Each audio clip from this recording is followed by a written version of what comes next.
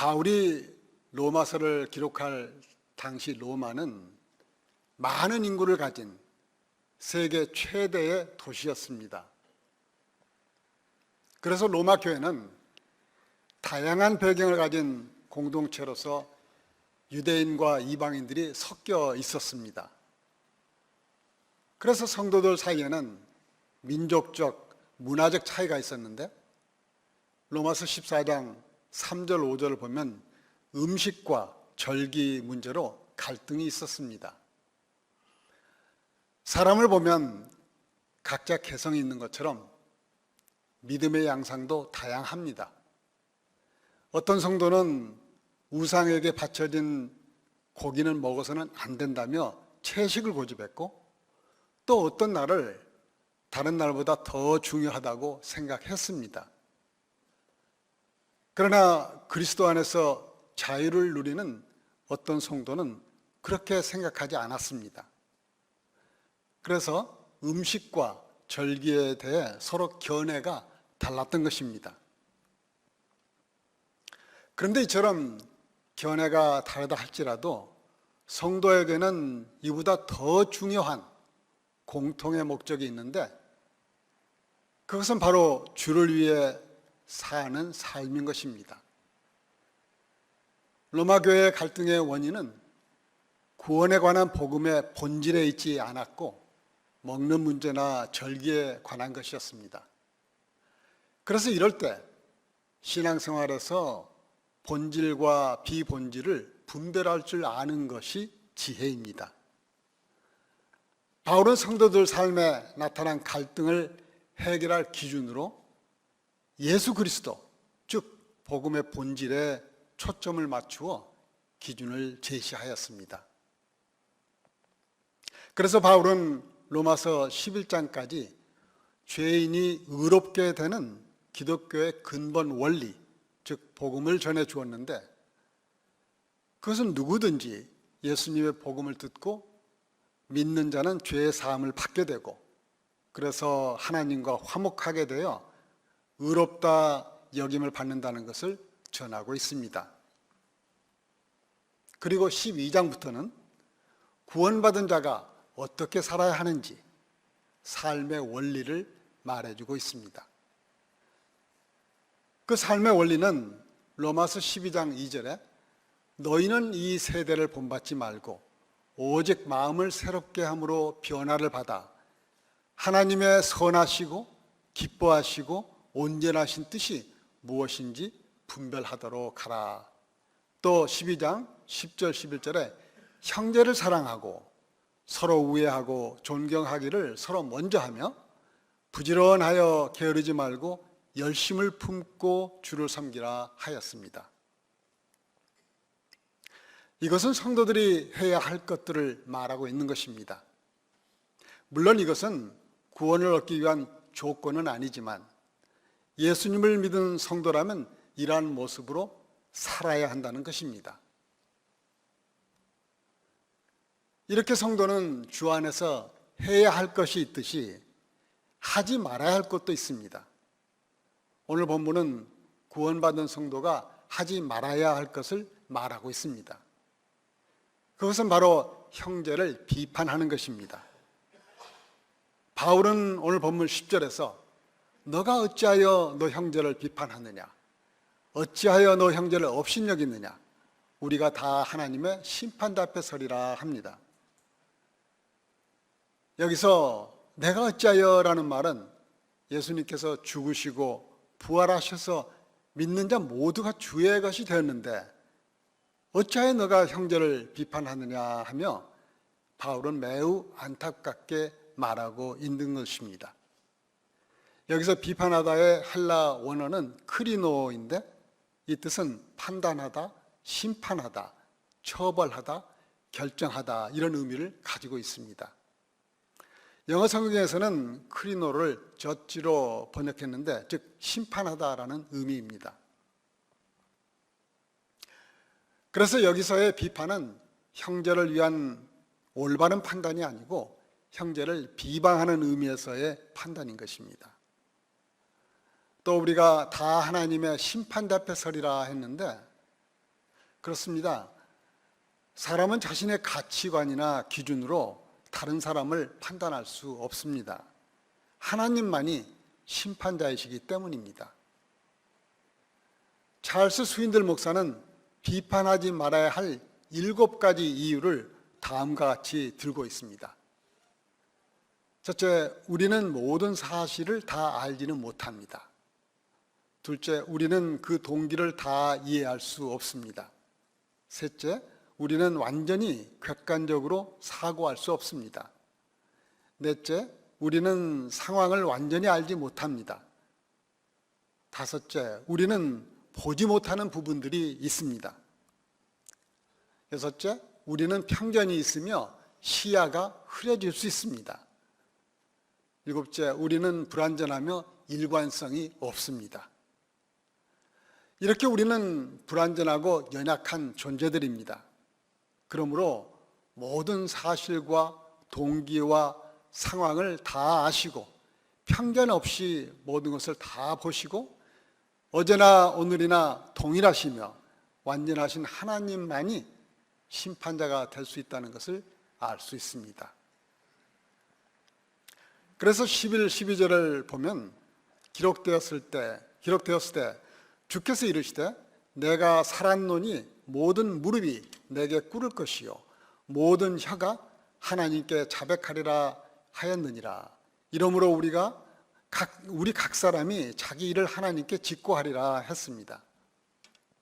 이 말씀은 마지막 날에 누구든지 심판자이신 하나님 앞에서 적나라하게 사실대로 그동안 내가 했던 모든 말이나 일에 대해 이실직고해야 한다는 것입니다. 그러므로 우리가 형제를 비판하면 그것은 하나님께서 이미 받아들이신 형제를 우리가 심판하고 있는 것이며 이것은 우리가 하나님 자리에 올라가는 큰 죄를 짓는 것입니다. 그래서 바울은 그런즉 우리가 다시는 서로 비판하지 말고 도리어 부딪힐 것이나 거칠 것을 형제 앞에 두지 아니하도록 주의하라고 부탁합니다. 이것은 믿음이 약한 형제를 비판하여 걸림돌이 되지 말고 오히려 형제에게 디딤돌이 되어 주라는 것입니다. 사실 예수님을 믿으면 더 이상 율법에 매이지는 않습니다. 다시 말해 자유합니다. 더 이상 전통이나 관습이 중요치 않습니다. 그렇기 때문에 나는 주 안에서 자유한데 그렇지만 나의 신념을 주장하다 보면 문제가 생기므로 형제를 위해서는 먹는 문제 같은 비본질적인 것은 내가 절제하고 포기해야 합니다. 그래서 바울은 만일 음식으로 말미암아 너 형제가 근심하게 되면 이는 너가 사랑으로 행하지 아니함이라. 그리스도께서 대신하여 죽으신 형제를 내 음식으로 망하게 하지 말라. 이처럼 강한 어조로 말을 합니다. 믿음이 강한 사람은 무엇이든지 그 자체가 더럽지 않다고 믿기 때문에 어떤 음식이든지 먹을 수 있습니다. 그러나 믿음이 약한 사람을 위하여 절제할 수 있어야 합니다. 왜냐하면 예수님은 그 형제를 구원하기 위해 십자가에서 죽기까지 희생하셨는데 그 형제를 본질이 아닌 먹는 문제로 예수님을 떠나게 하여 망하게 한다면 얼마나 안타까운 일이겠습니까? 이런 일은 하나님 사업을 무너지게 하는 행동입니다. 그러니까 자신의 문화적 관습은 본질이 아니고 본질은 하나님 나라입니다. 그래서 17절에 하나님의 나라는 먹는 것과 마시는 것이 아니요 오직 성령 안에 있는 의와 평강과 희락이라 하였습니다. 이는 음식물로 인해 교회가 성령을 통해 누리는 정의와 평화와 기쁨을 잃어서는 안 된다는 것입니다.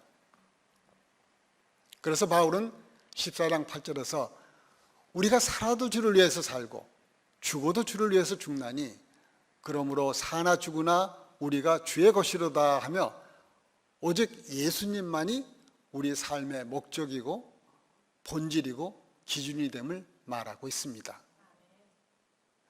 그러므로 본질이 아닌 지엽적인 문제로 자신의 기준과 다르다고 남을 비판하지 말라는 것입니다. 주님은 마태복음 7장 1, 2, 3절에서 비판을 받지 아니하려거든 비판하지 말라. 너희가 비판하는 그 비판으로 너희가 비판을 받을 것이요 너희가 헤아리는 그 헤아림으로 너희가 헤아림을 받을 것이니라. 어찌하여 형제의 눈 속에 있는 티는 보고 너 눈 속에 있는 들보는 깨닫지 못하느냐 하시며 비판을 금하셨습니다. 비판은 흔히 교만함과 우월감에서 나옵니다. 사실 사람들은 비판을 하기 전에 먼저 자기를 돌아봐야 하는데 그렇지 못하고 자신을 의로운 사람으로 여깁니다. 이렇게 스스로 의로우니까 남의 눈에 티는 잘 보이는데 자기 눈 속에 들보는 보지 못합니다. 그래서 비판을 하는 것입니다. 사람은 예수님을 기준으로 바라보아야 비로소 자신을 보게 됩니다. 그제서야 자신이 얼마나 큰 죄인인지를 그리고 얼마나 큰 은혜를 받은 존재인지를 알게 됩니다. 비판을 하면 대개는 상대방으로부터 원망이 따라옵니다. 그것이 반복되면 공동체의 하나됨은 무너집니다. 그러므로 비판을 멈추고 기도해야 합니다. 예수님은 지금도 하나님 우편에서 요한복음 17장 22절 같이 성도들이 주 안에서 하나 되는 것을 기도하고 계십니다. 그런데 예수님께서 금하신 비판을 사람들은 왜 그렇게 쉽게 할까요? 그것은 하나님처럼 되고 싶어 선악과를 따먹은 교만한 죄성 때문입니다. 다시 말해 아담으로부터 내려오는 죄의 본성, 즉 기준이 되시는 하나님을 떠나 자신이 기준이 되어 죄인들을 바라보니 자신은 스스로 의롭다고 생각되며 그래서 너무나 쉽게 선과 악을 판단하며 정죄합니다. 비판하는 자의 마음에 숨어 있는 것은 나는 의롭다라는 것입니다. 그래서 거침없이 심판자가 되는 것입니다. 그런데 비판하는 자는 자신의 이러한 모습을 절대로 보지 못합니다. 왜냐하면 보이는 사람들은 모두 죄인인데 자신은 계속 의롭다고 생각되어지기 때문입니다. 그래서 계속 스스로 의로운 자로 착각하며 자기와 다른 것을 틀린 것으로 여기며 정죄합니다. 사탄은 공동체 안에 화평을 깨려고 날카로운 비판의 기준을 각자 마음에 품게 하는 것입니다. 이렇게 교회 안에서도 모든 사람이 자신의 기준을 주장하다 보면 그 기준들은 서로 부딪히게 돼 있고 그 결과는 계속 정죄하고 비난하여 결국 공동체는 깨어지고 맙니다. 이 모습은 사탄이 가장 바라는 것입니다. 좋은 교회는 갑자기 나타나는 것이 아닙니다. 좋은 교회는 항상 복음이 선포되고 동시에 좋은 교인들이 함께 만들어가는 것입니다. 사람들은 흔히 말 몇 마디 들어보고 속히 판단하고 비판하기도 하는데 좋은 교회가 되려면 비판 대신 서로 격려하고 사랑해야 합니다. 그래서 형제를 비판하지 말라는 말씀은 로마 교회뿐 아니라 지금 우리가 듣고 실천해야 할 중요한 내용입니다. 주님을 본받아 겸손과 온유로 믿음이 연약한 형제를 비방하거나 업신여기지 말고 서로 이해하고 사랑으로 감싸주는 사랑의 공동체가 될 때 하나님은 기뻐하십니다. 가정에서도 마찬가지입니다. 아내는 남편을, 남편은 아내를 받아들이고 비판하지 않을 때 화목한 가정이 되는 것은 당연한 이치입니다. 자녀들도 그렇습니다. 아이들이 어디 부모 마음대로 움직이던가요? 부모의 기준대로 자녀를 조정해서 부모 뜻대로 하려고 하다가는 망치기 쉽습니다. 비판하는 대신 기다려주고 기도해주고 그것이 부모가 해야 할 일입니다. 바로 어거스틴의 기도의 어머니인 모니카가 그랬습니다. 그 결과 탕자였던 어거스틴이 세월이 지난 후 마침내 성 어거스틴이 되었습니다. 아이가 잘못했어도 부모의 기준에 못 미쳐도 비판하지 않고 사랑으로 기다려주면 고쳐집니다. 좋은 쪽으로 변합니다. 비판으로는 안 되었던 사랑의 치유가 일어납니다. 그러면 아이는 살아납니다. 예수님께서도 형편없는 제자들을 받아주시고 가르치시고 함께 해주셨습니다. 그 후 그들은 위대한 사도들이 되었던 것입니다. 그렇다고 사랑으로 하는 건전한 비판을 하지 말라는 것은 아닙니다. 그런데 건전한 비판을 하려면 먼저 기도와 사랑의 마음으로 하되 올바른 판단과 분별력이 있어야 합니다.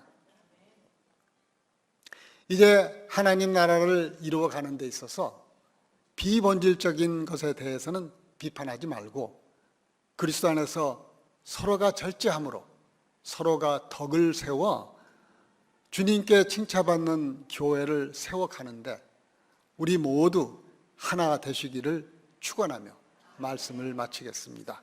아멘. 기도하겠습니다. 하나님 아버지, 하나님의 기뻐하시고 온전하신 뜻을 분별하도록 도와주시고 형제를 비판하지 않고 서로 사랑하면서 평화와 기쁨이 넘치는 하나님의 나라를 이루어 가도록 성령님 인도하여 주옵소서.